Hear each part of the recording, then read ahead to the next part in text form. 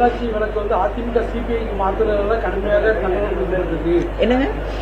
பொள்ளாச்சி வழக்கு வந்து அதிமுக வந்து சிபிஐக்கு மாத்துறதுனால கடுமையான தண்டனை வழங்கப்பட்டிருக்கு. அதே போல வந்து அண்ணா பல்கலைக்கழகத்தில் நடந்த பாலியல் மற்றும் அண்ணா நகர் சிறுமிக்கு நடந்த பாலியல் வழக்கையும் அரசு வந்து சிபிஐக்கு மாற்ற திமுக அரசு பயன்படுது எடப்பாடி கேட்டிருக்காரு. அதிமுக தன்னுடைய ஆட்சியிலே நடந்த ஒரு குற்றத்தை தான் விசாரிக்க முடியாது என்ற ஒரு நிலையிலே, ஏன்னா அவங்க வந்து வழக்கு பதிவு செய்யவில்லை, யார் மீதும் நடவடிக்கை எடுக்கவில்லை, குற்றவாளிகளை பாதுகாப்பதில் தான் அவங்களுடைய கவனம் இருந்தது.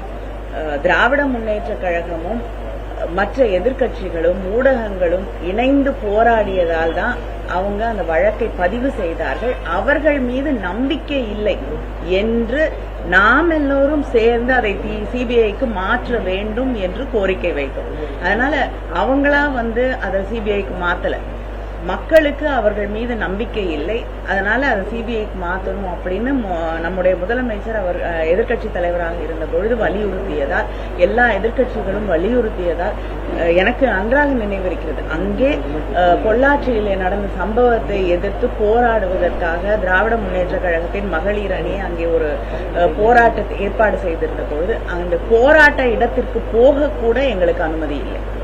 அதற்கு கூட வழியில அமர்ந்து நாங்க வந்து ஒரு தர்ணால ஈடுபட்டு தான் அதற்கு பிறகு அங்க போராட போவதற்கு கூட ஒரு பெரிய போராட்டத்தை நடத்த வேண்டிய ஒரு சூழல்ல அந்த அளவுக்கு அவங்க வந்து குற்றவாளிகளை பாதுகாத்தார்கள். அதனாலதான் வந்து சிபிஐக்கு அது மாற்ற வேண்டும். ஏனென்றால் ஆட்சியில இருந்த அதிமுக மீது மக்களுக்கு நம்பிக்கை இல்லை என்று அது சிபிஐக்கு மாற்றப்பட்டது. இன்று மக்களுக்கு அரசின் மீது, முதலமைச்சர் அவர்களுடைய ஆட்சியின் மீது, திராவிட முன்னேற்ற கழகத்தின் மீது நம்பிக்கை இருக்கிறது.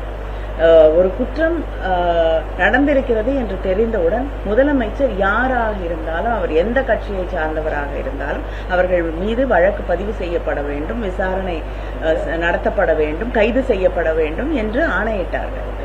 அதனால விசாரணை சரியாக நடைபெறும் பொழுது எதை எங்கேயும் மாற்ற வேண்டிய அவசியம் இல்லை. இந்த 2026 வந்து இபிஎஸ் தலைமையில ஆட்சி அமையும், அந்த சாதி யார் என்ற கேள்விக்கு பதிலும் உரிய நீதியும் நிச்சயம் கிடைக்கும் சொல்லியிருக்காரு. அன்று வந்து திமுக தளப்படி நிற்கும் உறுதி என்று ட்வீட் பண்ணியிருக்காரு. இதுக்கு என்ன கருத்து? இன்னைக்கு அவங்க கூட்டணி வைத்திருக்கக்கூடிய பாஜக ஆட்சியிலே தான் வந்து தமிழ்நாட்டில் இன்னைக்கு national bureau of crime records வழியாக தான் தமிழ்நாடு பெண்களுக்கு பாதுகாப்பான மாநிலம் அப்படின்ற ஒரு கருத்தை அவர்களுடைய ஆய்வுகள் தான், அந்த தரவுகளின் அடிப்படையிலே அவர்கள் வெளியிட்டிருக்கிறார்கள். அதனால தமிழ்நாடு இன்று பாதுகாப்பான ஒரு மாநிலமாகத்தான் இருக்கிறது. பெண்களுக்கும் சரி, குற்றம் அப்படிங்கிற கணக்கெடுத்துக் கொண்டாலும் மிக குறைவாக இருக்கக்கூடிய பாதுகாப்பான மாநிலங்களிலே தமிழ்நாடு ஒன்றாக இருக்கக்கூடிய நாம் நிலையை பார்க்கிறோம். அதுக்காக குற்றங்கள் நடைபெறுவதே இல்லை என்று நான் சொல்ல வரவில்லை, நடைபெறக்கூடாது. ஆனால் அப்படி நடக்கும் பொழுது பாதிக்கப்படக்கூடியவர்களுக்கு நியாயம் கிடைக்க வேண்டும் அப்படிங்கிற அதுல வந்து நம்முடைய ஆட்சியும் முதலமைச்சர் அவர்களும் உறுதியாக இருக்கிறார்கள். இன்னைக்கு யார் தலைகுனிந்து நிற்கிறார்கள், யாரெல்லாம் இவங்க பாதுகாக்கணும்னு நினைச்சாங்களோ, அதிமுகவும் இன்று பேசக்கூடிய எடப்பாடி அவர்களும் யாரை பாதுகாக்க வேண்டும், அவங்களுடைய கட்சியிலே பொறுப்பிலே பதவியிலே இருந்தவர்களை பாதுகாக்க வேண்டும் என்று நினைத்தார்களோ, இன்னைக்கு அவங்களுக்கு தண்டனை வழங்கப்பட்டிருக்கிறது. ஆயுள் முழுவதும் அவர்களுக்கு தண்டனை என்று அந்த தீர்ப்பு வழங்கப்பட்டிருக்கிறது. அதனால அவர்கள் தலைகுனிந்துதான் நிற்கிறார்கள். அதனால நியாயமாக பாதிக்கப்பட்டவர்களுக்கு, குற்றம் செய்தவர்களுக்கு தண்டனை வழங்க வேண்டும் என்று நினைக்கக்கூடிய திமுக என்றும் தலை குனிய வேண்டும்.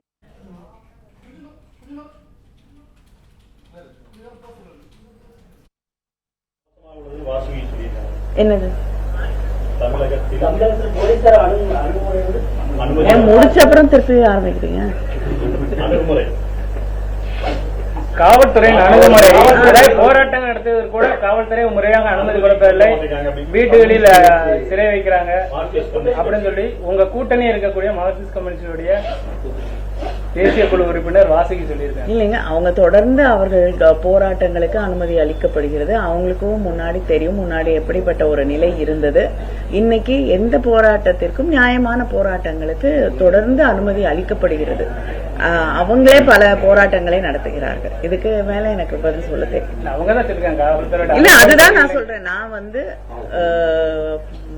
எத்தனையோ போராட்டங்கள் தமிழ்நாட்டில் தொடர்ந்து நடைபெறுகிறது. ஆளுங்கட்சிக்கு எதிராக பல கருத்துக்கள் சொல்லப்படுகிறது.